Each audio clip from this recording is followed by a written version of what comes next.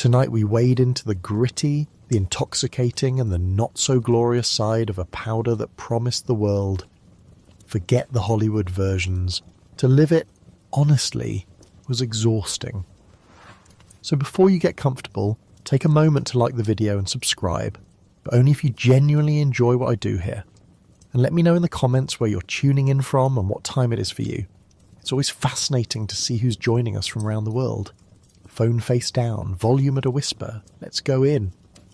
In the thin, sharp air of the high Andes, where breath comes dear and the sun is a cruel god, a small green leaf was more than sustenance. For millennia, it was a sacrament. Before there were empires of gold, before the Spanish galleons scarred the horizon, there was Erythroxylum coca, the divine leaf. Its origins are lost in the deep time of South America, a whisper in the archaeological record dating back at least 8,000 years. Traces of its alkaloid have been found in the hair of mummies from the coast of Peru. Bodies wrapped in fine textiles and buried with a small pouch, a chuspa, containing a carefully preserved cluster of the desiccated leaves. This was not a casual habit. This was a ritual compact between humanity and the unforgiving landscape. The plant itself is unassuming. A shrub, really, with bright green oval leaves and small white flowers that give way to red berries. It prefers the humid, steep slopes of the Yungas, the eastern foothills of the Andes, a precarious vertical world where clouds cling to the mountainsides. Here, ancient cultures learned to terrace the earth, to build intricate walls of stone that climb towards the sky, creating stairways of cultivation for their sacred crop.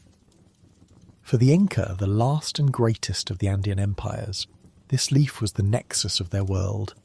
They called it Mama Coca, a feminine deity, a gift from the sun god Inti to soothe the suffering of his children. But this gift was not given freely, and it was certainly not for everyone. The Inca state was a marvel of totalitarian logistics, a vast, centrally planned empire connected by a sprawling network of stone-paved roads. And coca was a state-controlled commodity.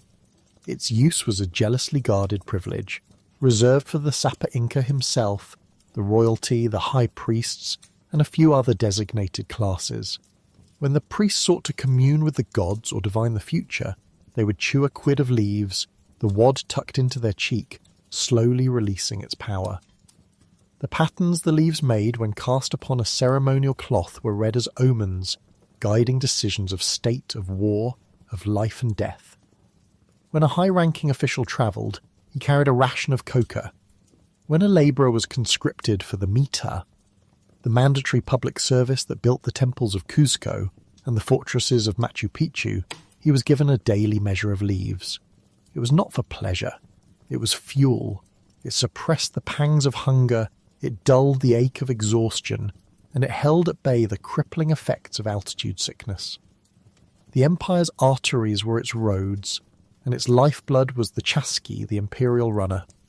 These men were the Inca internet, a relay system of messengers who could carry a message from Quito to Cuzco, a distance of over 1,000 miles, in under a week. They ran in punishing sprints, from one small stone outpost to the next, and their constant companion was the coca leaf. It gave them the endurance to conquer the mountain passes, to run until their lungs burned, to deliver the word of the emperor before it grew stale. The Spanish conquistadors who arrived in 1532 saw this practice and, through the rigid lens of their own faith, saw only idolatry. The Catholic priest declared it a tool of the devil, an impediment to conversion. Early decrees from Lima sought to ban its cultivation and use entirely.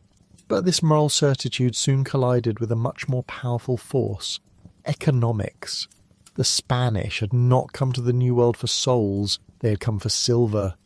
And deep within the earth, at a hellish altitude of 13,000 feet, they found a mountain made of it. Potosi. To tear the silver from the guts of that mountain, they needed labour, an endless supply of disposable labour. They adopted and corrupted the Inca Mita system, forcing tens of thousands of indigenous men into the dark, airless tunnels. The work was brutal, the conditions lethal. Men died from collapses, from mercury poisoning used in the refining process, from sheer exhaustion. And the Spanish quickly, pragmatically realised what the Inca had known all along. The coca leaf could make men work beyond the limits of human endurance. It allowed the mine owners to feed their workers less, to push them harder, to extract more silver with a lower overhead. And so the church fell short. The very priests who had called coca the work of Satan now owned coca plantations. The leaf, once a divine privilege, became a wage, a tool of colonial subjugation.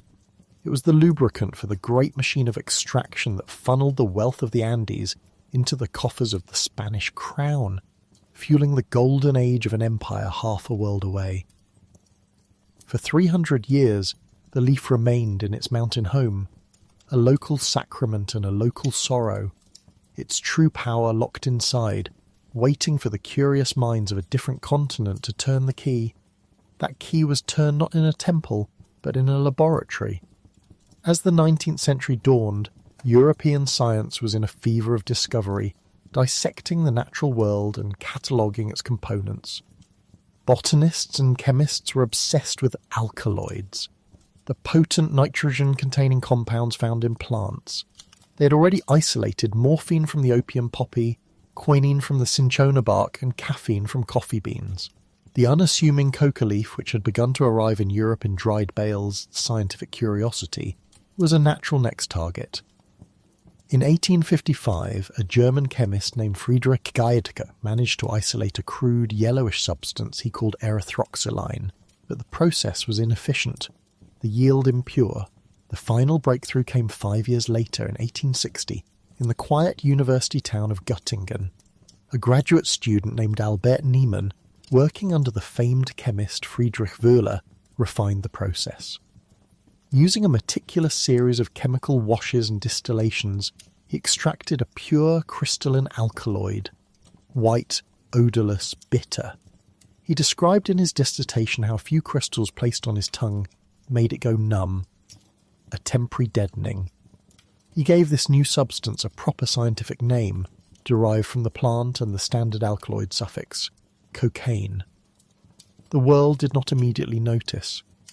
The discovery languished in academic journals for a time, a footnote in the grand march of chemistry. Its reintroduction to the world came not through science, but through commerce, and with a glass of wine. Angelo Mariani, a shrewd Corsican entrepreneur in Paris, had an epiphany. He understood that the European public was exhausted, anxious, and enamoured with the idea of scientific tonics that could restore their vitality. In 1863, he began importing tons of high-quality Peruvian coca leaves and steeping them in fine Bordeaux wine.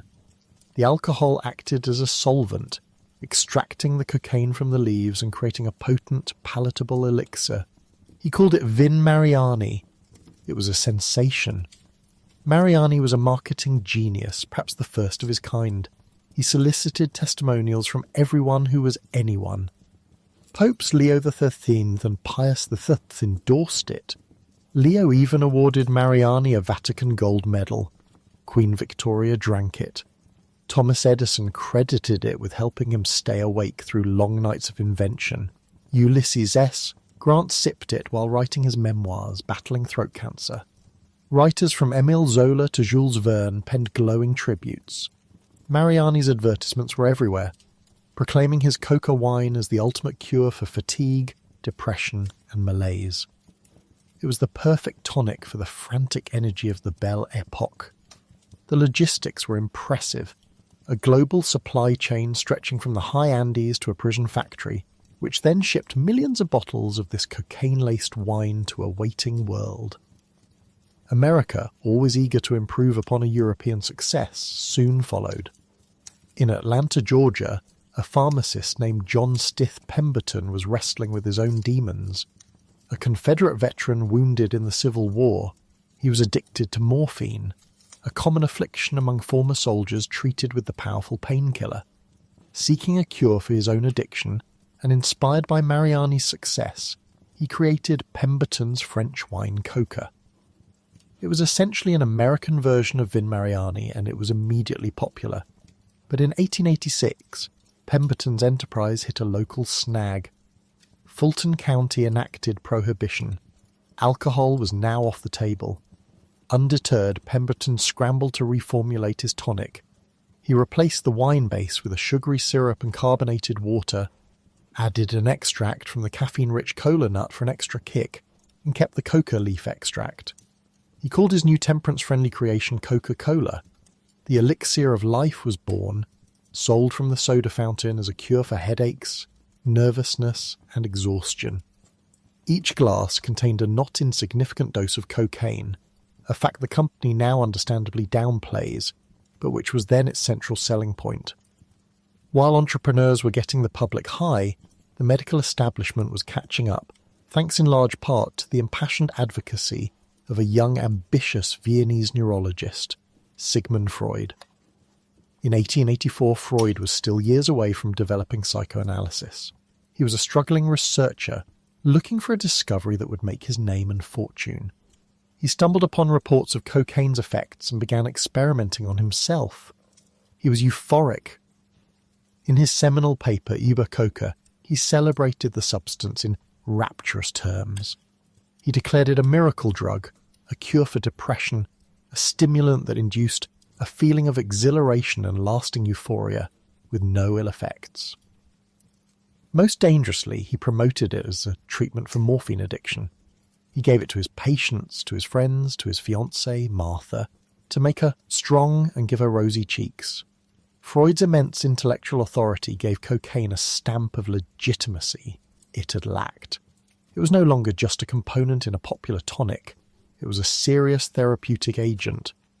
His work inspired a colleague, the ophthalmologist Carl Koller, to investigate Niemann's original observation about the numbing effect. In a series of brilliant experiments, Koller discovered that a solution of cocaine applied to the eye rendered it completely insensitive to pain. In 1884, he demonstrated his findings, performing surgery on the eye of a fully conscious animal, and then a human, without any sign of distress.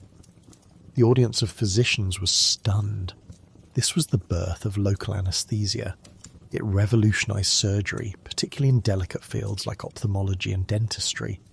Before cocaine, such procedures were either brutally fast or performed on patients knocked unconscious with ether or chloroform. Now, a surgeon could work carefully on a specific part of the body while the patient remained awake and pain-free. In the final 2 decades of the 19th century, cocaine was king. It was the Victorian era's wonder drug, a panacea for the modern age. The American pharmaceutical company Parke-Davis sold it in every conceivable form.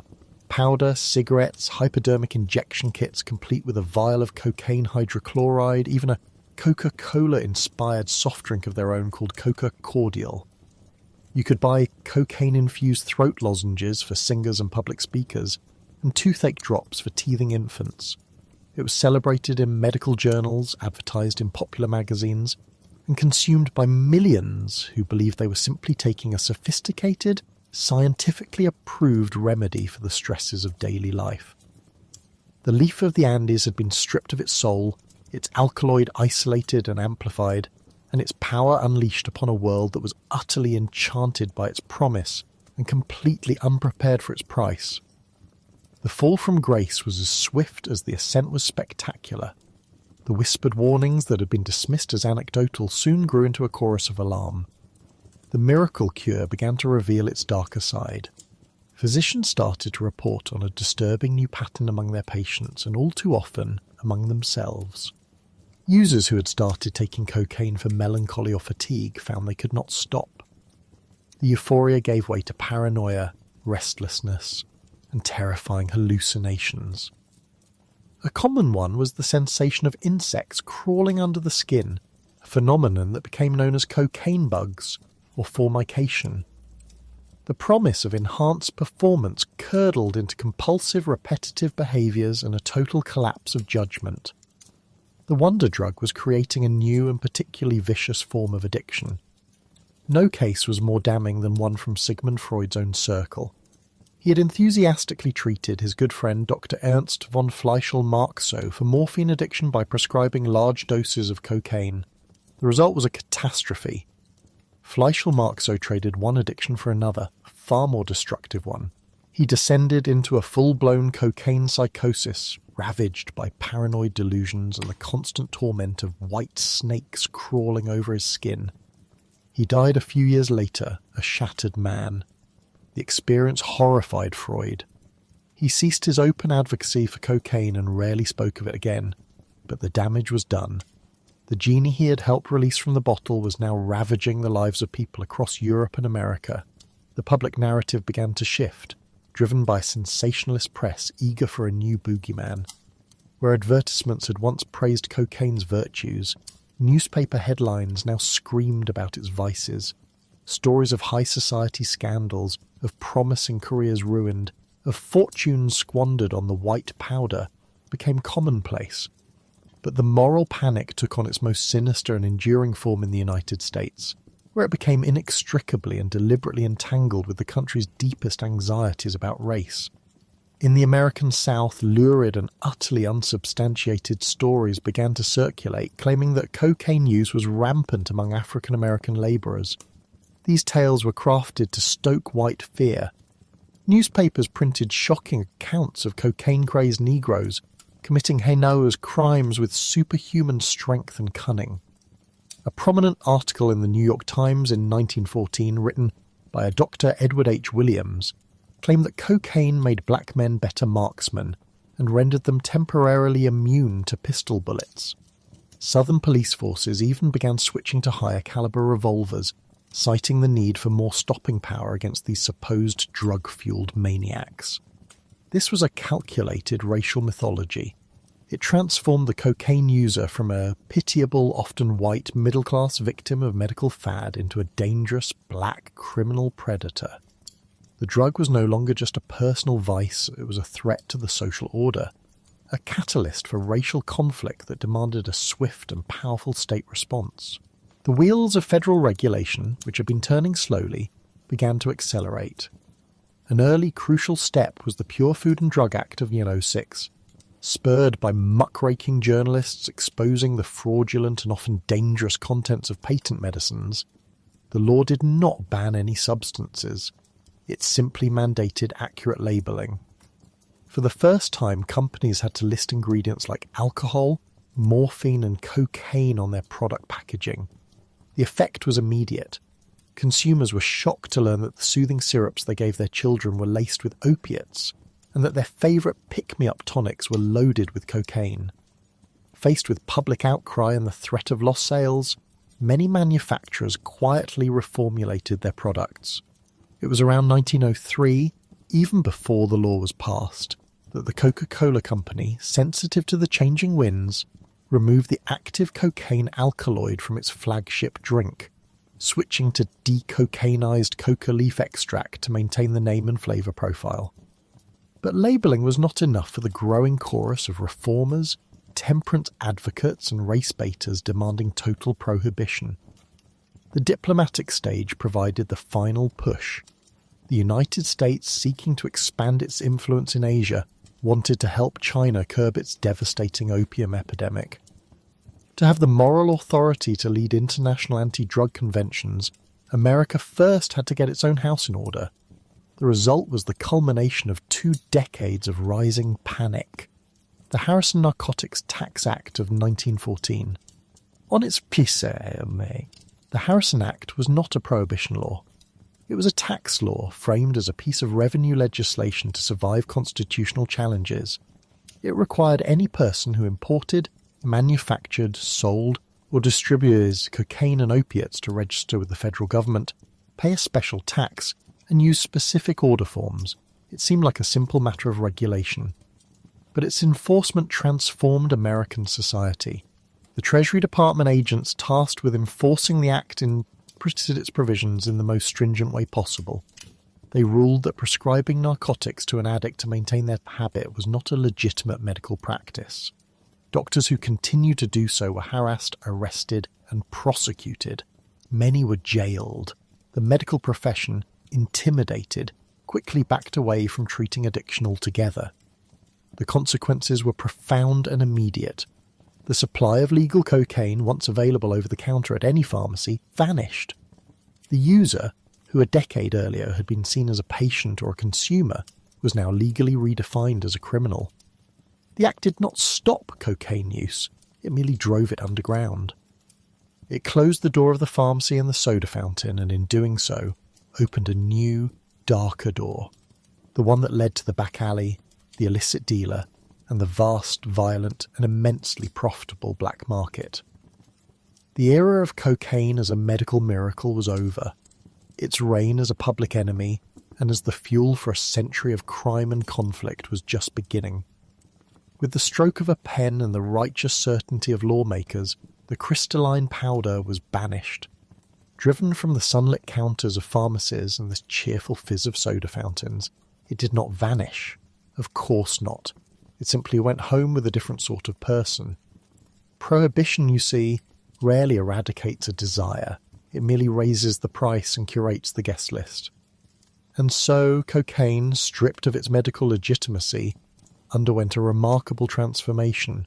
It became a secret, and secrets, especially expensive ones, are the most coveted of all status symbols.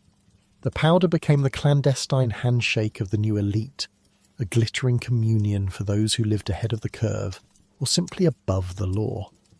In the Roaring Twenties, an age drunk on bathtub gin and giddy with rebellion, cocaine was the perfect accessory. It was the ghost in the machine of the Jazz Age. In the hazy, blue smoke-filled speakeasies of New York, Chicago, and New Orleans, where the frantic energy of the Charleston rattled the floorboards, a small, discreet vial was a sign that you were truly part of the inner circle. It was fast, it was modern, it was outrageously illegal. It was everything the era celebrated. For the flapper, with her bobbed hair and newfound freedoms, it was a way to dance until dawn. For the Wall Street speculator, flush with cash from a market that only ever went up, it was a way to feel as invincible as his portfolio. The substance was whispered about, offered in hushed tones in the powder rooms of grand hotels or the back seats of rumbling Duesenbergs. It was a fuel for the party that was never meant to end, a chemical guarantee that the night and the decade would burn brighter and faster than any that had come before. This secret society of indulgence had its Untitled Chapter, of course, in a sun-drenched town that was busy manufacturing the nation's dreams, Hollywood. In the flickering, silent world of early cinema, the pressures were immense. Fortunes were made overnight. An unknown girl from Ohio could become a goddess in a matter of months. Her face projected 30 feet high for the adoration of millions. The studios demanded inhuman hours, relentless energy, and a constant, dazzling performance both on and off the screen. In this crucible of fame, the little white powder found a very welcome home. They called it Girl or Nose Candy, a whimsical nickname for a demanding chemical mistress. It was the pick-me-up before a long night of shooting under hot Klieg lights, the social lubricant at a debauched weekend party in a Laurel Canyon mansion, the silent partner in many a star's meteoric rise and tragic fall. The death of heartthrob Wallace Reed in 23, officially from morphine addiction acquired after an onset injury, ripped the curtain back just enough for the public to glimpse the rot beneath the glamour. It was a scandal that terrified the studio heads, not because of the human cost, but because of the threat to the box office. The industry scrambled to police itself with the Hays Code, a new set of moral guidelines. But all it really did was force the secrets deeper underground, making them even more tantalizing for those who could afford them. The powder wasn't just for the hedonists, it also found a place among the thinkers, the writers and the artists. In the bohemian enclaves of Greenwich Village and the smoky cafes of post-war Paris, cocaine was presented not as a party favour, but as a key to unlock perception, to shatter the mundane, to fuel the engine of creativity through the lonely early hours of the morning. For the surrealist painter, it might offer a fleeting, jagged vision. For the novelist wrestling with the great American novel, it was a way to keep the words flowing, to push past the wall of exhaustion and doubt. It was seen as a tool, a cerebral stimulant that could sharpen the mind and peel back the layers of reality. This, of course, was a beautiful and dangerous illusion. The creativity it seemed to inspire was often just frantic, scattered energy. The profound insights merely the circular, self-referential ramblings of a brain chemistry gone haywire. But the myth was powerful. It wrapped the drug in a cloak of intellectual seriousness, making it a sacrament for the avant-garde. And who supplied this clandestine world? Who connected the Hollywood starlet with the Parisian poet? The criminal underworld, naturally. The same shrewd, unsentimental businessman who ran the bootlegging empires saw a perfect opportunity for product diversification. Figures like Arnold Rothstein, the New York kingpin who allegedly fixed the 1919 World Series, understood the simple economics of vice. Cocaine was a luxury good. It was low volume, high margin and portable. It didn't require fleets of trucks or cavernous warehouses like illegal liquor. A few well-placed smugglers, a network of discreet dealers, and you could service the wealthiest, most influential corners of society. The supply lines were still rudimentary, often relying on legitimate pharmaceutical supplies diverted from Europe or small opportunistic shipments from South America. But the foundation was being laid. The demand was established. Cocaine had found its new identity. A forbidden luxury. A powder that separated the daring, the decadent, and the damned from the ordinary world. It was a promise of energy, of brilliance, of belonging. A very expensive promise, paid for in cash at first and then, inevitably, in other currencies. While the bright young things of the North were discovering the illicit thrill of the powder, its story was beginning in earnest far to the south, under the high, thin sun of the Andes. For centuries, the indigenous people of Peru and Bolivia had a relationship with the coca leaf that was anything but decadent.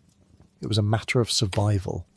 They chewed the leaves, often mixed with a bit of ash or lime to help release the alkaloids, for energy to work at punishing altitudes, to stave off hunger, and for ritual and medicinal purposes. The coca leaf was a gift from the gods, a sacred plant woven into the very fabric of their culture. It was a mild stimulant, a part of the landscape as common and as essential as the potato. The transformation of this sacred leaf into a global commodity is a story of chemistry, ambition, and geography. It begins not with cartels, but with quiet, entrepreneurial chemists and smugglers who saw an opportunity to connect the ancient agricultural bounty of the Andes with the growing nervous appetite of the world. In the middle of the 20th century, the first true pioneers of the international cocaine trade began to emerge. They were not at first the flamboyant narcos of later legend. They were often sharp, calculating businessmen operating in the shadows. For a time, the hub of this nascent industry was not Colombia, but the long coastal nation of Chile. In cities like Valparaiso and Santiago, smugglers who had cut their teeth in other rackets saw the potential. One of the key figures was a Chilean woman known as the Godmother, a restaurateur who used her business as a front to build one of the first major trafficking networks in the 1960s. Her organisation was sophisticated for its time. They didn't just move the product, they controlled the production. The process they developed became the blueprint for the entire industry. It was a grim alchemy, turning a green leaf into a white powder. First, the coca leaves harvested by poor farmers in the remote valleys of Peru and Bolivia were taken to crude, hidden pits in the jungle. There they were soaked in gasoline or kerosene and mashed into a pulp, often by men stomping on them with their bare feet. This slurry was then mixed with acid and other chemicals to extract the raw cocaine alkaloids, creating a gritty, off-white substance known as pasta base, or coca paste. This paste was the crucial intermediate product. It was far more compact and potent than the raw leaves, making it easier to smuggle across borders. The coca paste would be flown in small rickety planes from the jungles of Bolivia and Peru into the deserts of northern Chile. There, in clandestine laboratories, often little more than shacks or hidden basements, the final delicate stage of refinement would take place. Chemists, some of whom were professionally trained, would use a volatile cocktail of chemicals like ether and acetone to purify the coca paste, washing away the impurities until only the pure glittering crystals of cocaine hydrochloride remained. It was a dangerous, foul-smelling process. One mistake, one stray spark, and the entire lab could go up in a ball of fire, but the profits were astronomical. A kilo of coca paste bought for a few $100s in the Bolivian jungle could be transformed into a kilogram of pure cocaine worth thousands of dollars in Santiago and tens of thousands in the United States or Europe. The early Chilean traffickers established the routes, flying the finished product to staging points in Central America and the Caribbean, or using mules, human couriers, to carry small amounts on commercial flights. They were building the very first iteration of a multinational supply chain based on a single powerful product. Then history intervened. In 1973, a military coup led by General Augusto Pinochet overthrew the socialist government of Salvador Allende in Chile. In the brutal crackdown that followed, Pinochet's new regime had little tolerance for independent criminal enterprises. Many of the established traffickers were arrested, executed, or forced to flee. The Chilean connection was severed. But the demand for cocaine in the United States and Europe hadn't gone anywhere. In fact, it was growing exponentially. A vacuum had been created, and nature, especially the nature of black markets, abhors a vacuum. The business of refining coca paste and exporting the finished product needed a new home, and it found one just up the coast, in a country with a long history of smuggling, a weak central government, and a class of ambitious, utterly ruthless young men who were hungry for wealth and power. That country was Colombia. The entire centre of gravity of the cocaine trade shifted north, and in doing so it set the stage for an explosion of violence and wealth that the world had never seen. The quiet, business-like smuggling of the Chilean era was about to be replaced by something far more monstrous. The machine was about to be built. The men who built this machine were not from the traditional Colombian elite. They were from the rough, striving middle classes of cities like Medellin. They were men who had grown up with a chip on their shoulder, watching the old money families run the country from their exclusive clubs and haciendas. They saw cocaine not as a social vice, but as a historic opportunity, a vehicle for their own violent form of upward mobility. And at the centre of this new class of narco-entrepreneurs was one man whose name would become synonymous with the drug itself, Pablo Emilio Escobar Gaviria. Escobar was not a genius chemist or a master logistician, not at first. His genius lay in his vision and his terrifying lack of restraint. He began his career in the grimy underworld of Medellin, stealing cars, smuggling cigarettes, and running kidnapping for ransom schemes. He was pragmatic, brutal, and possessed an innate understanding of the two levers that move the world: fear and desire. When the cocaine trade began to migrate from Chile, Escobar didn't just see a chance to participate, he saw a chance to dominate. He understood that the real money wasn't in just moving a few kilos. It was in controlling the entire chain of production, from the leaf to the street. It was in industrializing the process. He and his associates formed what became known as the Medellin Cartel. It was less a rigid hierarchical organization and more a loose, powerful consortium of traffickers who cooperated to maximize profits and protect their business. There were the Ochoa brothers, Jorge Luis, Juan David, and Fabio Jr., who came from a family of horse breeders and brought a touch of old-world business sense to the enterprise. There was Carlos Leyder, a brilliant, eccentric, and volatile German Colombian who idolized both John Lennon and Adolf Hitler. Leyder's great contribution was logistical. He bought a small island in the Bahamas called Norman's Cay and transformed it into the ultimate smuggling depot. He built a runway, a radar system, and refrigerated warehouses. From this private fiefdom, just a short flight from the Florida coast, the cartel could fly plane load after plane load of cocaine directly into the insatiable American market. What Escobar and his partners did was apply the principles of industrial capitalism to a criminal enterprise. They vertically integrated. They financed coca cultivation in Peru and Bolivia, ensuring a steady supply of raw material. They built vast, sprawling laboratory complexes deep in the Colombian jungle known as superlabs. These weren't sheds, they were small cities. They had airplane hangars, dormitories for the hundreds of workers, kitchens, power generators, and sophisticated chemical processing equipment. At complexes like Tranquilandia, they could produce 10 to 20 tons of pure cocaine every single week. Tons. The scale was almost impossible to comprehend. They were no longer smugglers. They were manufacturers, producing a product for a global market on an assembly line of breathtaking efficiency. The logistics of moving the product were equally audacious. Fleets of small aircraft, each carrying several hundred kilograms, made the journey from Colombia to Norman's Cay or dropped their waterproofed cargo into the ocean to be picked up by speedboats. They even invested in submarines, crude diesel-powered vessels that could carry a ton or two of cocaine while submerged, making them nearly invisible to law enforcement. And then there was the money. The profits were so vast they became a logistical problem in their own right. Billions of dollars in cash, mostly small bills from street sales in the United States, had to be brought back to Colombia. It was stuffed into suitcases, packed into the landing gear of private jets, hidden inside television sets and refrigerators. The cartel was spending thousands of dollars a month just on rubber bands to bundle the stacks of cash. Pablo Escobar at his peak was estimated to be one of the richest men in the world, with a personal fortune in the tens of billions. He was wealthier than many nations. With this incredible wealth came incredible power, and Escobar intended to use it to bend the entire nation of Colombia to his will. His business strategy was simple, and he articulated it with chilling clarity. Plata o plomo. Silver or lead.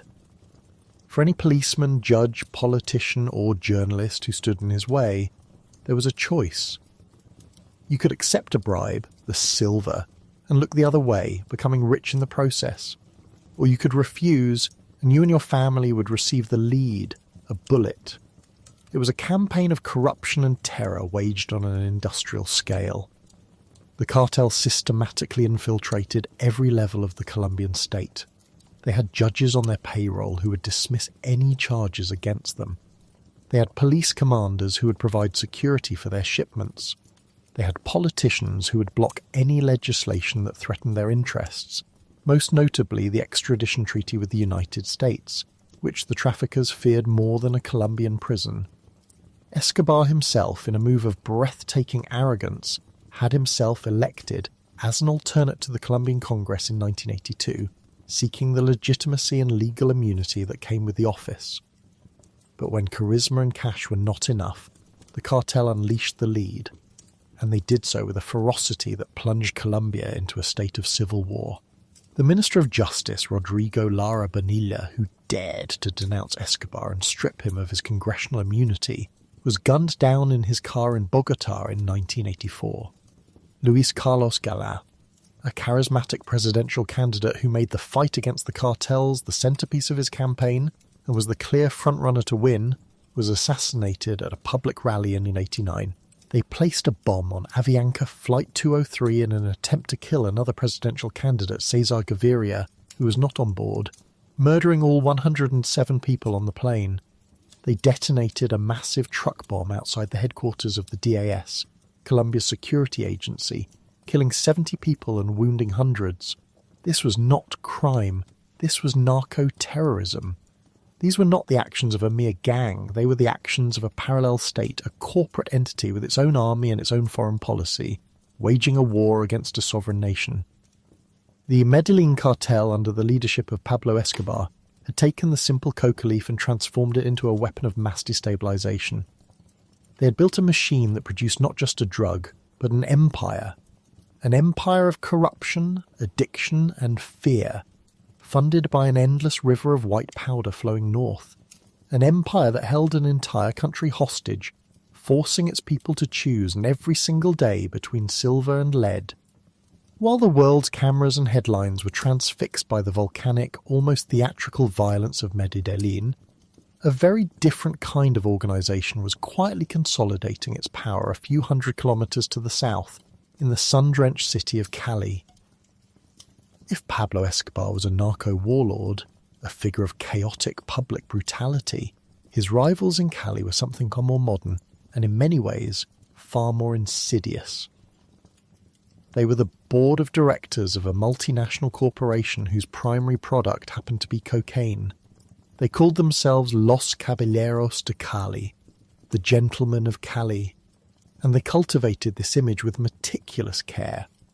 Theirs was not the path of the car bomb and the public assassination. Theirs was the path of the quiet bribe, the leveraged politician, the compromised judge. They understood a fundamental truth that Escobar in his egomania often forgot. True power is not the ability to blow up a building, but the ability to ensure no one is ever prosecuted for it. The cartel was a syndicate, a partnership of 4 key figures, each with a distinct role. At the top were the brothers Gilberto and Miguel Rodriguez Orejuela. Gilberto, the elder, was known as El Ajedrecista, the chess player. He was the strategist, the visionary, the public face of their legitimate businesses. He was a man who moved comfortably in the highest circles of Colombian society, a respected banker and philanthropist. His brother Miguel was the nuts and bolts of the operation, the CEO who managed the day-to-day logistics of a global trafficking empire.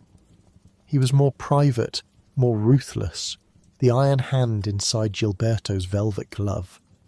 Together they had built a business empire that began, innocently enough, with a chain of pharmacies. They expanded into banking, real estate, and even owned the city's beloved football team, América de Cali. These were not just fronts. They were highly profitable, legitimate enterprises that gave the brothers immense social and political capital, and just as importantly, provided the perfect infrastructure for laundering the billions of dollars that would soon come pouring in. The other 2 partners were specialists. Helmer Herrera, known as Pacho, was the logistics and distribution genius. From his base in Cali, he oversaw the complex transportation networks that moved cocaine out of Colombia, and crucially managed the vast and intricate distribution cells within the United States, particularly in New York City. The 4th man was Jose Santa Cruz Londoño, or Chepe. He was the cartel's ambassador, its pioneer. It was Santa Cruz who, in the late 1970s and early 80s, had personally gone to New York to build the foundations of their American operation. He wasn't a gangster kicking down doors, he was a businessman opening accounts, renting warehouses and forging alliances. He understood the American market better than anyone. He knew its rhythms, its appetites, its vulnerabilities. The Cali model was built on information and infiltration. They invested more in technology and human intelligence than they did in foot soldiers. Their counterintelligence capabilities were legendary, rivaling those of a national government. They systematically bribed employees of the Colombian phone company, allowing them to tap nearly every phone call in and out of Cali. They had police officers, military commanders, politicians, and journalists on their payroll. Their spies were everywhere. A lawyer considering taking on a case against them might receive a polite phone call in which the caller detailed the route his children took to school that morning. No explicit threat was needed. The message was understood. This created a blanket of silence and complicity that made them seem untouchable. They operated not above the law, like Escobar, but from within it, twisting its arms until it served their purposes. Their logistical innovations were just as sophisticated. While Medellin still relied on stuffing suitcases or using small planes, Cali thought on an industrial scale. They understood that the best way to hide a tree is in a forest. Cocaine was dissolved in chemicals and mixed with legitimate shipments. It was hidden inside hollowed-out lumber, mixed into shipments of coffee beans, or secreted within concrete fence posts that were shipped by the container load to construction companies they owned in the United States.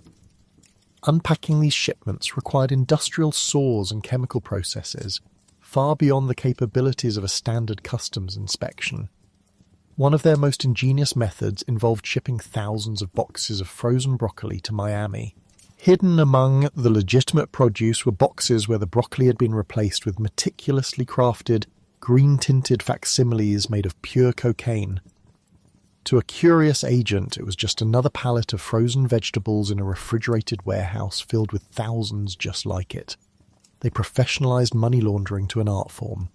Their financial network spanned the globe, using a complex web of shell corporations, offshore banks in Panama and the Caribbean, and legitimate businesses to wash their profits until they were indistinguishable from clean money. They hired the best lawyers and accountants to navigate and exploit international financial regulations. At their zenith in the early 1920s, after Escobar's death, the Cali Cartel was estimated by the DEA to be responsible for 80% of the world's cocaine supply. They were a quiet, efficient, vertically integrated monopoly. A shadow government whose influence stretched from the coca fields of the Andes to the highest corridors of power in Bogota, and whose product was being delivered with corporate precision to a market that was clamouring for it. And where was all of this meticulously packaged, industrially shipped, and expertly laundered powder going? It was flowing north, in a vast white river, to a nation that was ready to receive it with open arms and open wallets. America in the late 1970s and 1980s was a country in the midst of a profound cultural shift. The hangover of Vietnam and the cynicism of Watergate were giving way to a new, unapologetic era of ambition, consumerism and self-gratification. It was the age of Reagan, of greed is good, of Wall Street titans and Hollywood blockbusters. It was an era that worshipped speed, success and status, and cocaine, as if designed in a laboratory for this very moment, became its perfect fuel. Unlike the drugs of the 60s counterculture, marijuana and LSD, which were associated with dropping out and expanding consciousness, cocaine was the drug of the aspirational. It was for winners. It didn't make you mellow, it made you sharp. It didn't make you contemplative, it made you confident.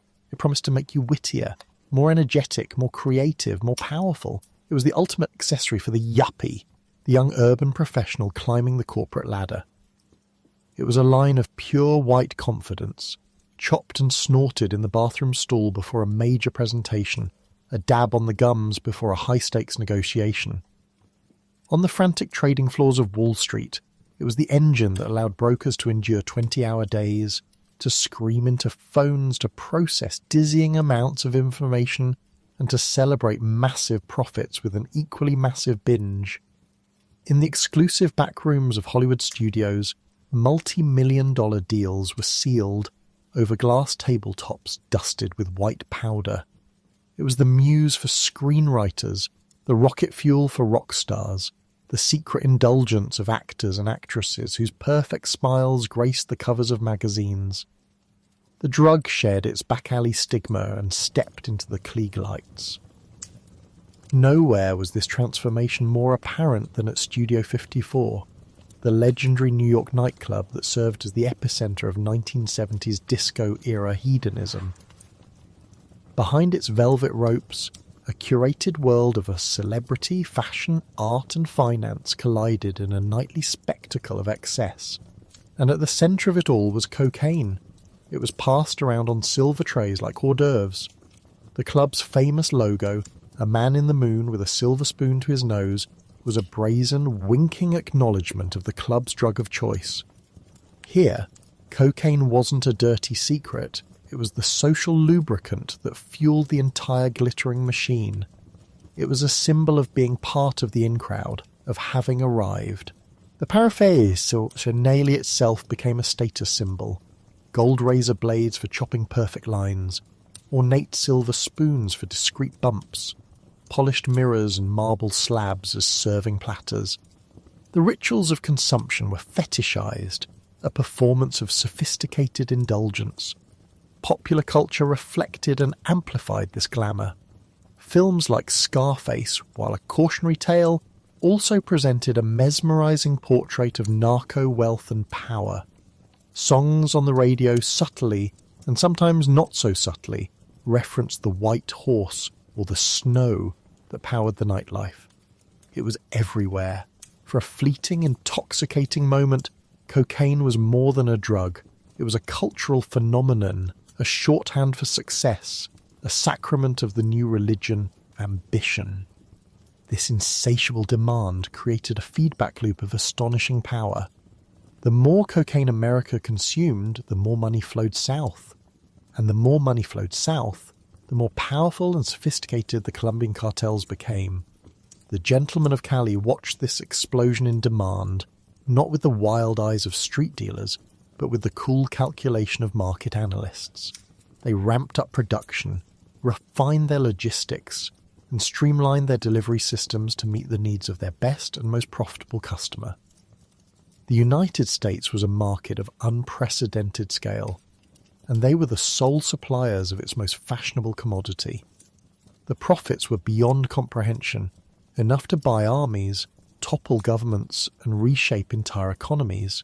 But the glamour was built on a chemical, and that chemical was about to be re-engineered. A luxury good by its very nature excludes, and the laws of the market, like the laws of chemistry, are relentless. Someone, somewhere was bound to find a way to make the champagne of drugs affordable for everyone. They did, and in doing so they unleashed a storm that would tear through the very fabric of American society.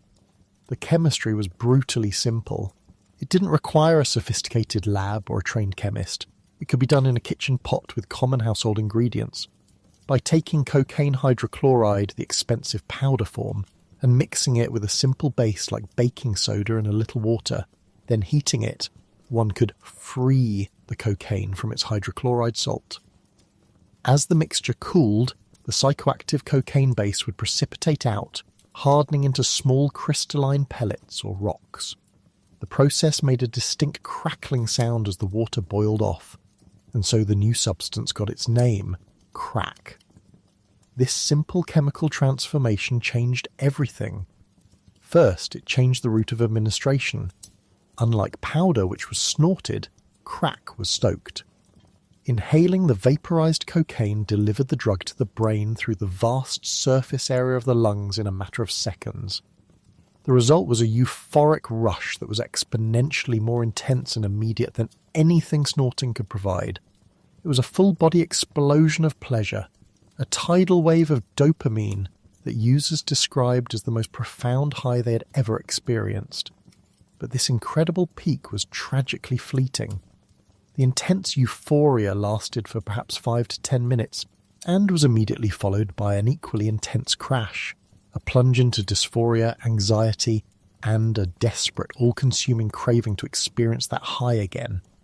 This rapid cycle of extreme high and crushing low created an addiction of unprecedented speed and ferocity.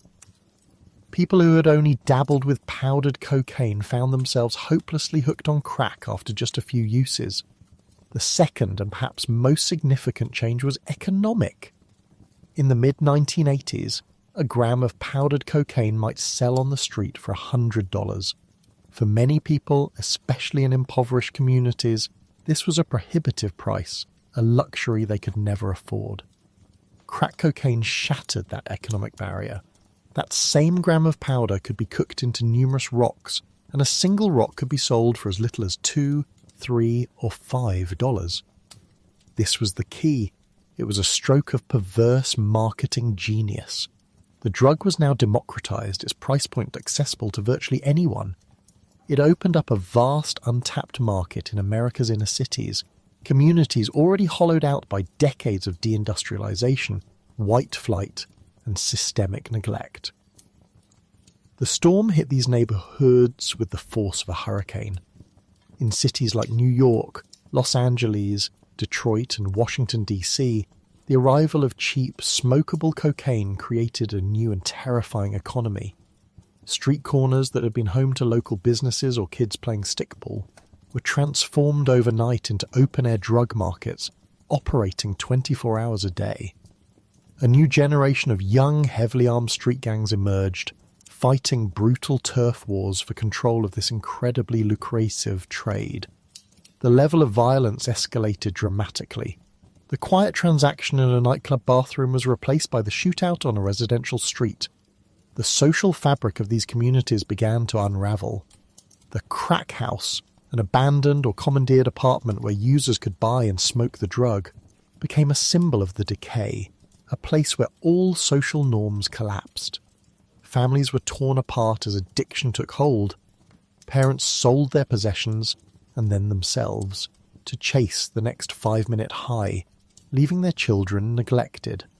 A generation of children were born to addicted mothers, and the media, in a frenzy of moral panic, coined the term crack babies. painting a terrifying and often exaggerated picture of a permanently damaged generation of neurologically impaired infants. While the long-term medical science proved to be more complex and less uniformly catastrophic than these early reports suggested, the immediate social reality for these children, born into chaos, poverty and trauma, was undeniably devastating. The response from the media and the government was not one of public health concern, but of war. Nightly news broadcasts were filled with sensationalized, lurid stories of crack-fueled violence and urban decay. The image presented was often racialized. The drug user was no longer the glamorous Wall Street broker or Hollywood star, but a young, menacing black man. This relentless media narrative stoked a nationwide panic, and politicians, eager to appear tough on crime, rushed to enact draconian laws. The most consequential of these was the Anti-Drug Abuse Act of 1986. This piece of legislation, passed in a flurry of pre-election hysteria, enshrined a staggering disparity in sentencing into federal law. It mandated that the possession of just 5 grams of crack cocaine would trigger the same 5-year mandatory minimum prison sentence as the possession of 500 grams of powder cocaine. This was the infamous 100-to-1 sentencing ratio. The logic, if one could call it that, was that crack was more addictive and associated with more violence, and thus deserved a harsher penalty. The practical consequences of this law were catastrophic and profoundly discriminatory. The typical user of expensive powder cocaine was more likely to be white and middle class, and was rarely arrested for simple possession. The typical user and low-level seller of cheap crack cocaine was far more likely to be poor and African American, and was targeted by aggressive street-level policing. The result was the mass incarceration of a generation of young black men. Prison populations in the United States exploded. Families were destroyed not only by addiction but by a punitive justice system that sent fathers, sons and brothers away for years, sometimes decades, for nonviolent drug offences. The law did little to stem the flow of drugs, but it succeeded in decimating already vulnerable communities, deepening cycles of poverty, and creating a profound and lasting sense of injustice. So the story of cocaine in America became a tale of 2 profoundly different worlds, dictated by chemistry and class. In the penthouses of Manhattan, it remained a discreet if risky indulgence, the powder that fueled ambition and excess. But in the housing projects of the South Bronx, its cheaper, smokable form became a symbol of societal collapse, a catalyst for a war on drugs that was, in practice, a war on the poor. 2 sides of the same white coin, one celebrated as the fuel of the elite, the other demonized as the poison of the underclass. It was the ultimate tragic expression of a powder that had, for a century, deceived the world with its promise of power, only to deliver ruin in its wake. The gentlemen in Cali, reading their spreadsheets and financial reports, likely paid little attention to the specific form their product took once it reached the American consumer. To them, it was all just a matter of market share, of meeting demand, of numbers on a page. But the numbers on the street told a very different story, a story of chemistry, economics, and a deep, unfolding American tragedy. And so, in the grand theatre of public policy, the curtain rose on a new and fearsome act. The shimmering white powder, once the darling of intellectuals and the fuel of high society, had found a new, more volatile form. Cooked down with baking soda and water, it became something hard, something cheap, something that could be smoked. It was called crack, and it burned through the inner cities of America like a phantom fire, leaving social devastation in its wake. The media, never one to miss a good panic, fanned the flames with nightly images of so-called crack babies and chaotic urban landscapes. The public demanded action, and in Washington, a city that runs on the twin fuels of fear and opportunity, action was swiftly delivered. The enemy was no longer a personal vice or a social ill. It was now an existential threat, and it required a declaration of war. This wasn't the first time the phrase had been used, of course. Richard Nixon had coined it years earlier. But the war he declared was a bureaucratic affair of treatment centres and commissions. The war of the 1980s, supercharged by the crack epidemic, was different. It was a literal war, with battlefields, soldiers and a body count. It began, as many such ventures do, with a piece of paper. the Anti-Drug Abuse Act of 1986, a document born of moral certainty and electoral calculation. It was a masterpiece of legislative fury. At its heart was the concept of the mandatory minimum sentence.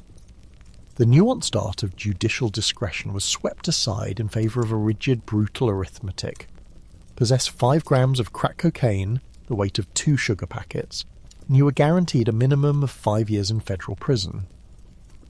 To receive the same sentence for powder cocaine, the drug of choice for the wealthier, whiter suburbs, you would need to be caught with 500 grams, a 100-to-1 disparity written into law. The logic was simple and devastatingly flawed. Crack was seen as more addictive, more violent, more urban. The law didn't just target a drug, it targeted a demographic. The gears of the state began to turn, grinding with a new and terrifying force. The lines blurred between policing and military operations. Surplus military hardware, once destined for battlefields in foreign lands, began to trickle, then flow, into the arsenals of local police departments. Armoured personnel carriers, M16 rifles, flashbang grenades. The friendly neighbourhood cop was replaced by a new figure, a warrior clad in black Kevlar and a ballistic helmet armed for a small-scale invasion. The primary tactic of the new war was the no-knock raid. In the dead of night, doors would splinter, families would be thrown to the floor, and homes would be ransacked in search of that crystalline rock or white powder. The war was fought not in trenches, but in living rooms and bedrooms across the country, and like any proper war, it had a foreign theatre. The logic was simple supply-side economics, filtered through the lens of a military strategist. If the demand at home was insatiable, then the only solution was to choke off the supply at its source. All eyes turned south, to the verdant valleys of the Andes and the steamy jungles of the Amazon basin, where the humble coca leaf was grown. The United States, through the Drug Enforcement Administration and the CIA, began to pour billions of dollars into Latin America. The policy had a clean, almost agricultural name, eradication, but its execution was anything but clean. Low-flying planes, often piloted by American contractors, would sweep over the Colombian and Peruvian countryside, spraying a fine mist of glyphosate herbicide. The chemical cocktail known as Roundup was designed to kill the coca plants. It did its job, but it did not discriminate. It killed yucca, coffee and banana crops too. It poisoned watersheds and sickened livestock. It drove subsistence farmers who grew coca simply because it was the only crop that guaranteed a living, deeper into poverty and into the arms of the very traffickers the program was meant to undermine. The US also armed and trained local militaries, turning national armies into drug-fighting proxies. They built radar stations, supplied Black Hawk helicopters, and shared intelligence to hunt down the so-called kingpins. The primary weapon of this foreign policy was extradition. The threat of being flown north in chains to face trial in an American courtroom, far from the judges you could bribe and the witnesses you could intimidate, was the one thing the cartel leaders truly feared. Pablo Escobar, the king of Medellin, famously said he would rather have a tomb in Colombia than a jail cell in the United States. He fought a bloody, terroristic war against his own government to prevent it, bombing airplanes and assassinating presidential candidates. He and his rivals in the Cali Cartel were the primary targets. They were the faces of the enemy, plastered on television screens, their immense wealth and casual brutality the perfect villains for this global drama. And slowly, painstakingly, the strategy seemed to work. Through a combination of relentless pursuit, internal betrayals and bloody shootouts, the great Colombian cartels of the late 20th century were dismantled. Escobar was gunned down on a rooftop in Medellin in 1993. The leaders of the Cali cartel were arrested or surrendered a few years later. From the Situation Room in the White House to the DEA field offices in Bogota, there was a palpable sense of victory. The heads of the serpent had been severed, but no one seemed to ask what would happen to the serpent's body. No one seemed to notice that while they had been fighting one war, they had inadvertently created the perfect conditions for another, more formidable monster to rise from the dust. The old system had a certain brutal clarity.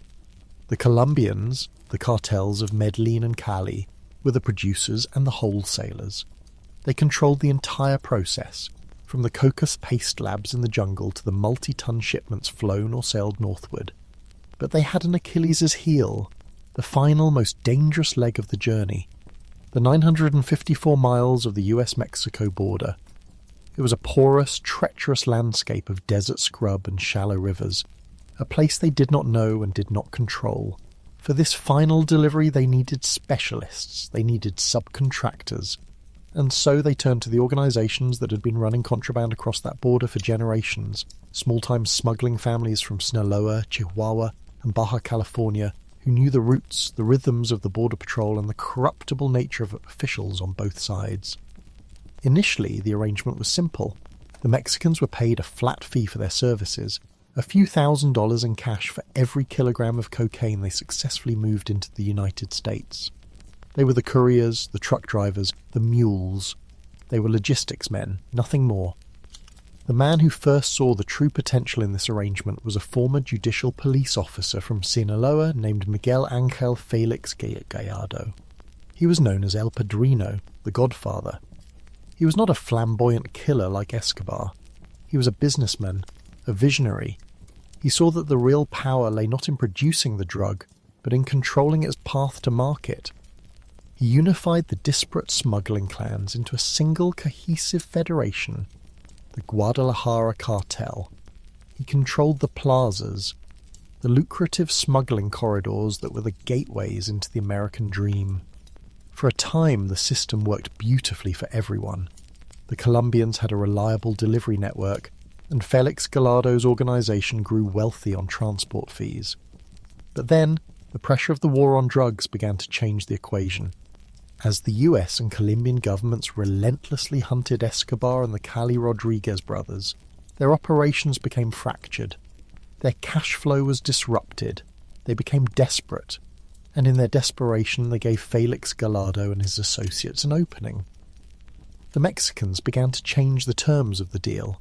They no longer wanted cash. Cash was bulky, difficult to launder. They wanted something far more valuable. They wanted a piece of the product. Instead of a fee, they began to demand payment in kind. They would take 35, then 40, then eventually 50% of every cocaine shipment they transported. It was a strategic masterstroke, a quiet revolution in the underworld.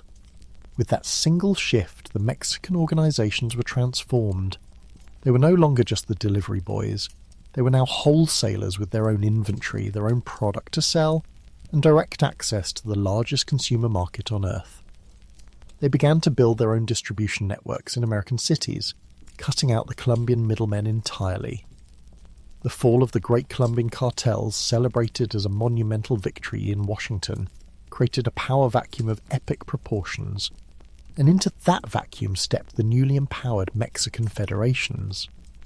The arrest of Felix Gallardo in 1989, a consequence of the political firestorm following the torture and the murder of DEA agent Enrique Kiki Camarena, did not stop the machine he had built. It only caused it to break apart into its constituent components, each one now a powerful entity in its own right. The old Guadalajara cartel fractured into the cartels we know today. In the northwest, the ambitious and violent Arellano Felix brothers seized control of the Tijuana Plaza, the lucrative gateway to California. In the centre, Amado Carrillo Fuentes, nicknamed the Lord of the Skies for his fleet of Boeing 727s, used to fly cocaine directly from Colombia, took over the Juarez Plaza. And in the mountains of Sinaloa, a farmer's son of short stature but limitless ambition, Joaquin Guzman Loera, El Chapo, began to consolidate power with his partners, forming what would become the Sinaloa Cartel. The dynamic had been irrevocably altered. The Colombians, once the undisputed kings, were now reduced to mere suppliers, forced to sell their product to the Mexicans at the source. The Mexicans now controlled the entire logistical chain north of Colombia. They controlled the routes, the prices and the profits. They were no longer subcontractors, they were the board of directors. A new narco-eparchy had been established, with its Vatican in Culiacan, and its dioceses in Tijuana, Juarez and Matamoros. They were wealthier, more sophisticated, and more deeply entrenched than their Colombian predecessors had ever been. The war to kill the kingpins of Medellin and Cali had not ended the monarchy. It had simply cleared the way for a new, more powerful dynasty to take the throne. The United States had spent a decade and billions of dollars slaying one dragon, only to find it had created a hydra. And this new beast was growing on its very doorstep. The vast river of money flowing north was now matched by an equally vast river of money flowing south. Tens of billions of dollars a year, a cash flow greater than the gross domestic product of many small nations, pouring back into Mexico. This unprecedented wealth allowed the cartels to undergo a final terrifying metamorphosis. They began to evolve beyond the scope of a traditional criminal organization. They were no longer just traffickers, they were becoming something else entirely, a parallel state, a narco-state existing within and alongside the official Mexican government, sometimes cooperating with it, sometimes fighting it, but always challenging its sovereignty. This evolution began with corruption, an age-old practice perfected to an industrial scale.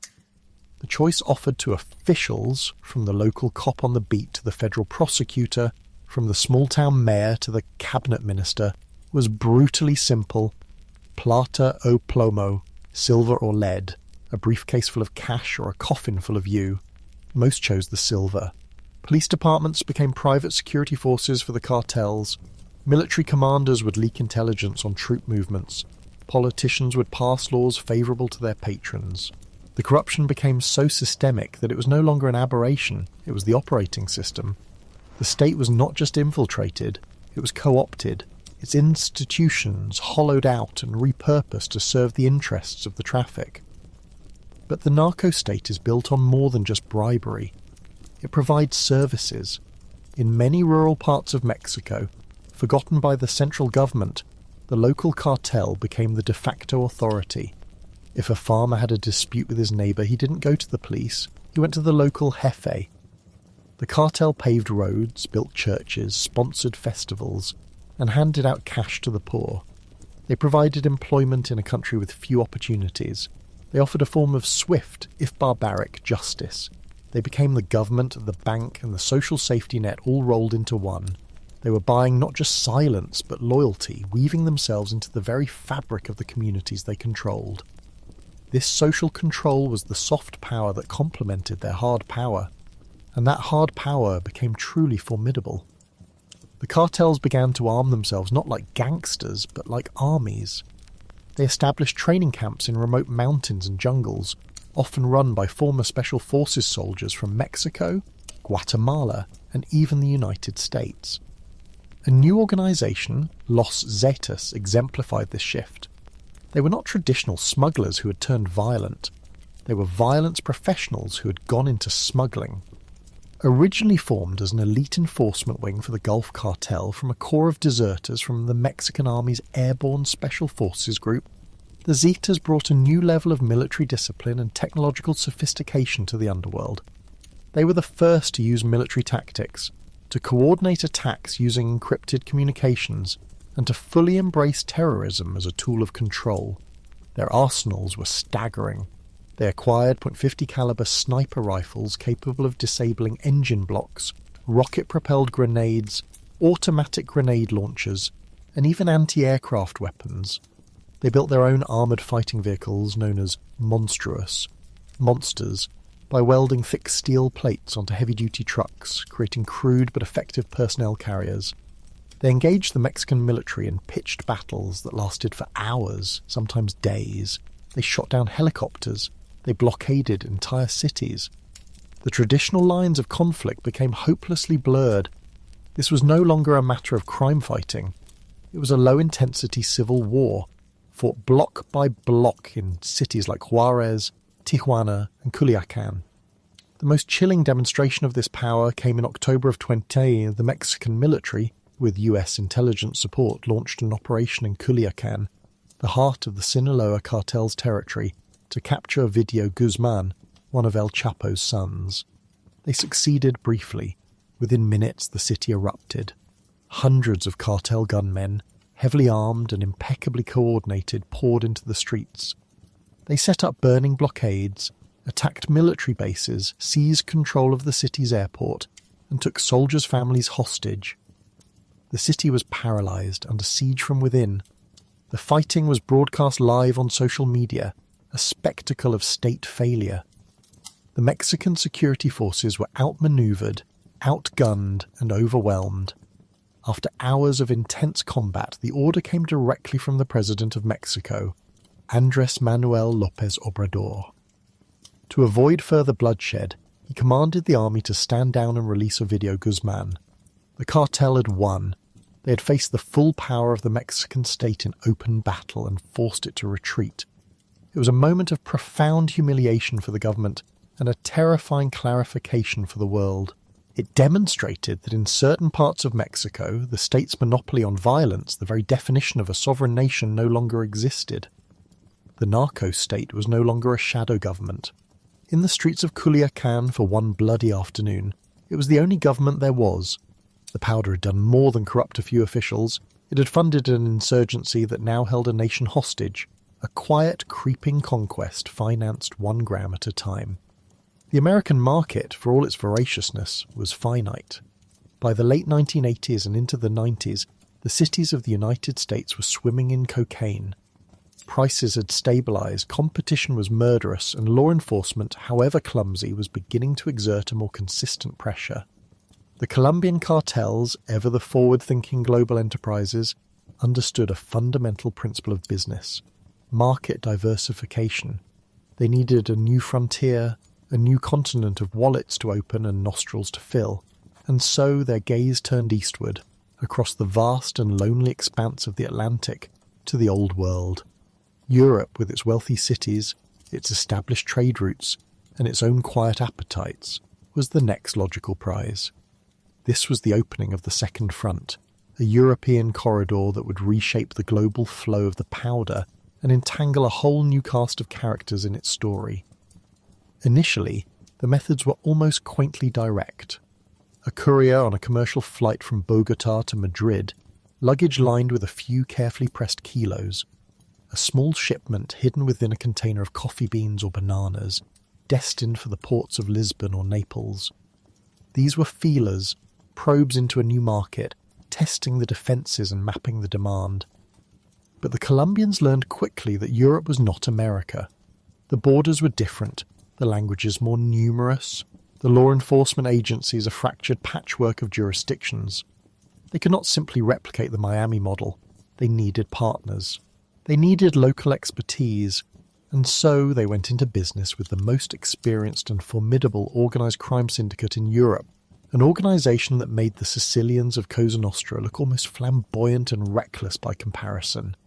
They were the men from Calabria, the mountainous toe of Italy's boot. They were the 'Ndrangheta. For decades, the 'Ndrangheta had operated in the shadows, a sprawling clan-based hydra with tentacles reaching from their provincial homelands to the financial centres of the north and across the globe. They were masters of logistics, particularly maritime logistics. They controlled through a combination of corruption, intimidation, and legitimate business fronts the colossal container port of Gioia Tauro. It was a perfect gateway. A container ship arriving from South America could offload tens of thousands of containers. Finding one specific box filled with cocaine hidden among frozen chickens or industrial machinery was a task of impossible scale for customs officials, especially when port employees and transport union officials were on the 'Ndrangheta payroll. The partnership was a model of criminal efficiency. The Colombians would handle production and transatlantic shipping. The 'Ndrangheta would guarantee safe passage into Europe through ports like Gioia Tauro, Rotterdam or Antwerp, and then leverage their extensive, deeply embedded networks to distribute the product across the continent. It was a quieter, more corporate arrangement than the bloody street wars of Medellin. It was about shared risk and astronomical profit. The 'Ndrangheta proved to be impeccably reliable partners. They paid on time, they didn't ask too many questions, and they could move tonnage with a professionalism that the Colombians deeply respected. Soon hundreds of kilos became tons. The European cocaine market exploded. From the banking halls of London and Zurich to the nightclubs of Ibiza and Berlin, the white powder became the ubiquitous fuel for the continent's fast lane. But as the volume increased, the direct routes became riskier. European authorities, waking up to the scale of the problem, began to coordinate. Maritime patrols intensified, port security was tightened. The traffickers, as they always do, adapted. They looked at a map and saw a solution, a geographic stepping stone that was both a shield and a shortcut. They saw West Africa. The coastline, stretching from Senegal down to Nigeria, became the world's great transit lounge for cocaine. It was a smuggler's paradise, a region of breathtaking beauty scarred by poverty, political instability, and porous borders. Countries like Guinea-Bissau, a tiny nation crippled by coups and corruption, became, for all intents and purposes, the first true narco-states outside of Latin America. The trafficker's logic was simple and brutal. A large mothership, a freighter or a fishing trawler, would sail from the coasts of Colombia or Venezuela. It would meet smaller, faster boats far out in international waters, off the coast of Cape Verde or Guinea. The cocaine, sealed in waterproof bales, would be transferred. These smaller boats would then dart to shore, landing on remote beaches or travelling up forgotten rivers, met by local crews. Once on African soil, the powder was safe. It could be stored in warehouses in Bissau or Conakry, guarded by bribed officials or private militias. The region already had sophisticated, long-established smuggling networks, honed by decades of moving everything from diamonds to cigarettes to people. Cocaine was just another commodity. From West Africa, the routes into Europe were numerous. The product could be repackaged and flown on commercial flights by armies of couriers. It could be hidden in cargo planes carrying fish or fruit to Paris and Brussels. Most audaciously, it could be flown directly into the heart of Europe on private jets, ghost flights, that filed false flight plans and landed at small, poorly monitored airfields in Spain or Portugal. The sheer ingenuity was something to behold. They used semi-submersible vessels, low-profile drone submarines that could carry several tons of cocaine, gliding silently beneath the waves, almost impossible to detect by radar or sonar. The European corridor was no longer a single path. It was a complex, multi-layered web, a circulatory system pumping a white poison into the continent's bloodstream. And the Ndrangheta were not the only players for long. The vacuum of the collapsed Soviet Union and the chaos of the Yugoslav wars had forged a new generation of ruthlessly efficient criminal organizations. Balkan syndicates, particularly Serbian and Albanian groups, established themselves as major players. They were disciplined, multilingual, and extremely violent.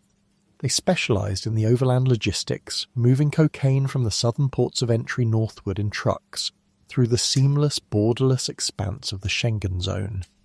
They controlled the street-level distribution in cities across Germany, Scandinavia, and the United Kingdom. In the port cities of Antwerp and Rotterdam, the logistical hearts of Europe, the so-called Mokro Mafia, composed largely of Dutch-Moroccan criminals, battled for control of the docks, their feuds playing out in a string of shocking public assassinations. Europe's old-world calm was shattered. The continent had its own cocaine war now, less visible than Colombia's perhaps, but just as corrosive, turning port cities into battlegrounds and quiet villages in Africa into hubs of global crime. The powder, ever adaptable, had found its new home. And then, as the 21st century wore on, the nature of the powder itself began to change. The story takes another dark turn, not in the jungles of the Andes or the boardrooms of the cartels, but in clandestine laboratories far away, and in the very chemistry of the drugs themselves. A new spectre had emerged, a synthetic ghost that would attach itself to the cocaine trade with devastating consequences. Its name was fentanyl. It began subtly, as a whisper in coroners' reports and toxicology screens in the mid-2010s, a cocaine overdose but with anomalous findings. The victim hadn't just stopped breathing from cardiac arrest, the classic cocaine-induced outcome. They had simply faded out. Respiratory depression, the telltale sign of an opioid. At first, it was thought to be a case of the user mixing drugs, a speedball of cocaine and heroin. But then the cases multiplied, and the victims were often people with no history of opioid use. They were weekend warriors, partygoers, people who thought that they were buying a gram of cocaine for a night out. They had no idea they were ingesting one of the most potent opioids ever synthesized by man. Fentanyl is a creature of the laboratory, a pure synthetic first created in '59 as a powerful anesthetic for surgery. It is 50 times more potent than heroin, 100 times more potent than morphine. A dose the size of 2 grains of salt can be lethal to a person with no opioid tolerance. For the modern drug syndicate, particularly the Mexican cartels who had now largely eclipsed the Colombians as the dominant force in the North American market, fentanyl was a business miracle. Its precursor chemicals could be sourced cheaply from China.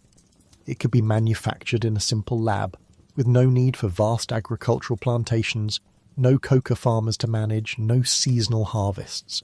And its potency was its greatest economic advantage.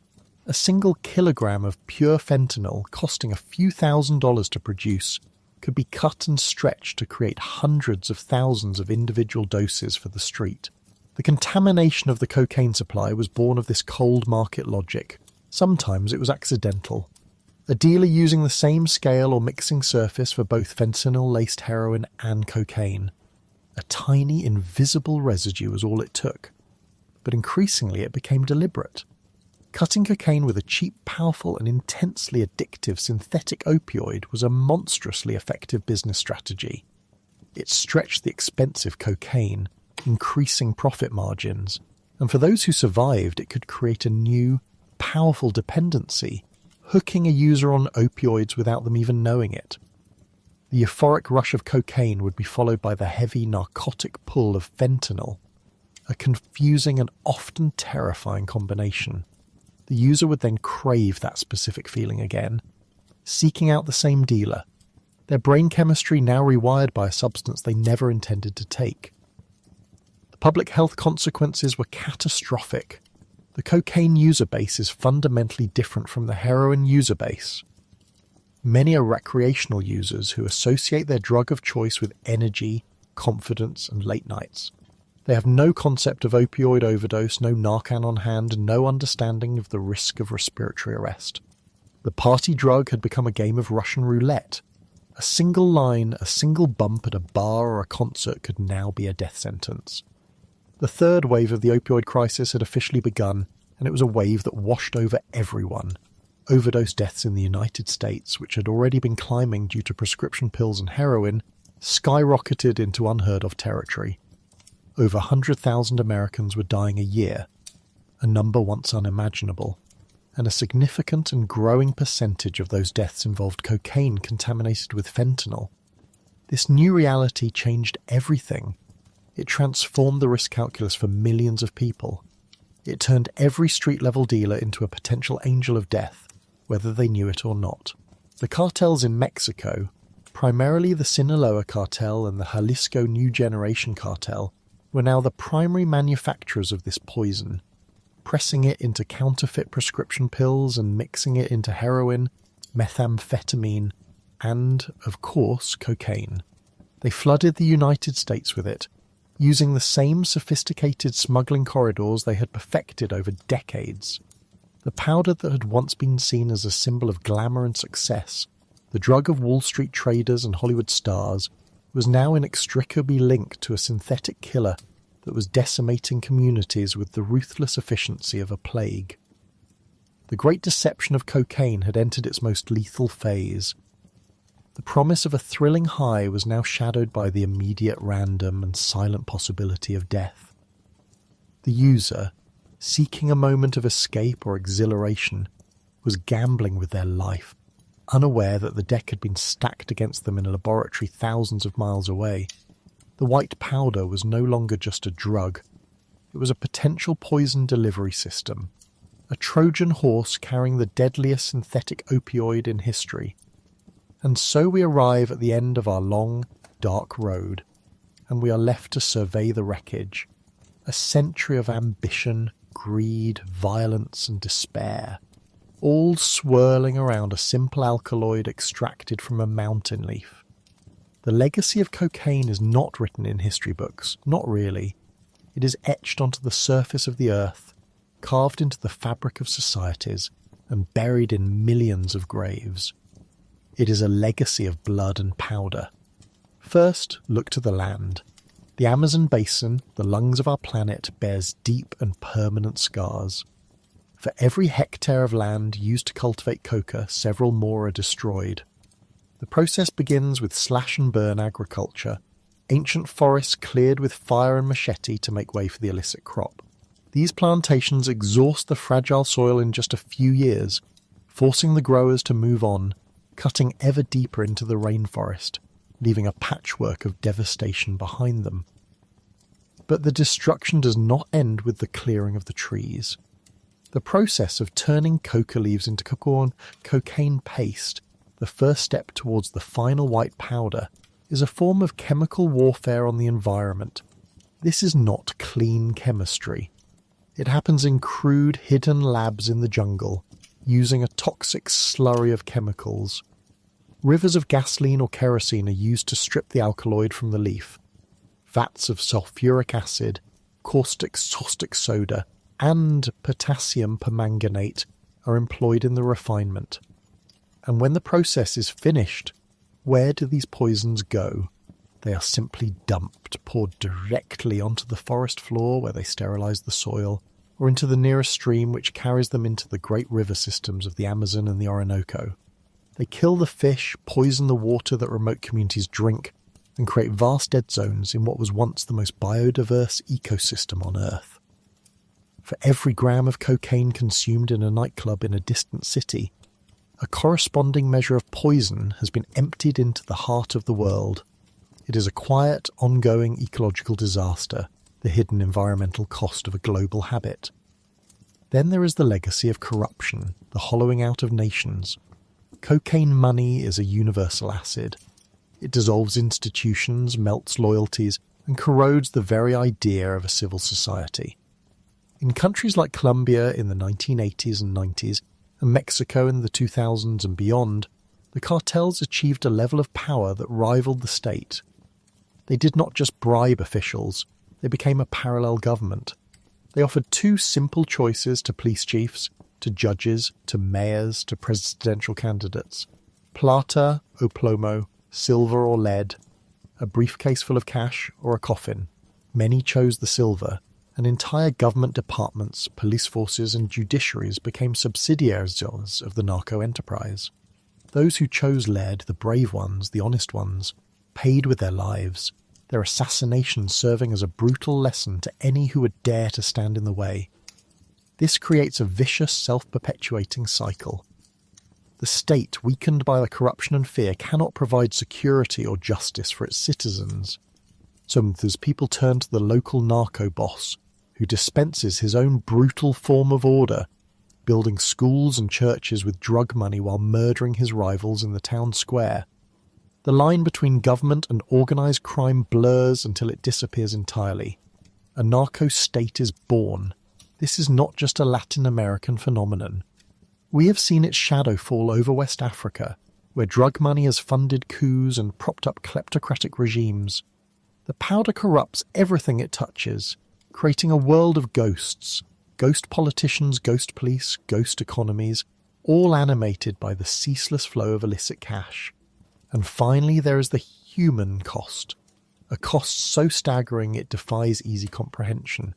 It is a pyramid of suffering. At the very bottom is the cocalero, the coca farmer. He is not a kingpin, he is usually a poor peasant, trapped by economics and geography, growing the only crop that guarantees a living wage, however meagre. He lives under the thumb of the traffickers on one side and the government eradication forces on the other. His life a constant negotiation with violence. Above him are the chemists in the jungle labs, breathing toxic fumes, their lives disposable. And then the mules, the desperate young men and women who swallow condoms filled with cocaine or strap it to their bodies, praying they won't be caught and praying the packages won't burst inside them, a gruesome and certain death. And there is the violence. The sicarios, the teenage hitmen often recruited from the slums, for whom life is cheap and murder is a job. The endless wars between cartels for control of smuggling routes, which are not wars in any conventional sense. They are campaigns of extermination marked by torture, dismemberment and public displays of butchery designed to terrorize rivals and the civilian population alike. The hundreds of thousands dead in Mexico alone. The generations in Colombia who knew nothing but conflict, the communities in inner-city America decimated by the crack epidemic and the gang wars it fueled. The cost is counted in the bodies, but also in the traumatized survivors, the orphans, the displaced families, the millions whose lives have been irrevocably broken by this trade. And at the very top of the pyramid, the user. In a way, they are victims too, caught in the grip of a powerful addiction. But they are also the engine. The casual user at a dinner party, the addict in a dark alley, the banker celebrating a deal. Their demand is the signal that echoes all the way down the chain of supply, setting the entire infernal machine in motion. Their money is the fuel. Cocaine's ultimate trick, its greatest, most enduring deception, was to disguise this global pyramid of misery as a line of white powder on a mirror. It promised power, euphoria and glamour. But its true legacy is one of scarred landscapes, broken nations, and a body count that will never be fully known. A legacy of blood and powder endlessly renewed as long as the world keeps wanting more.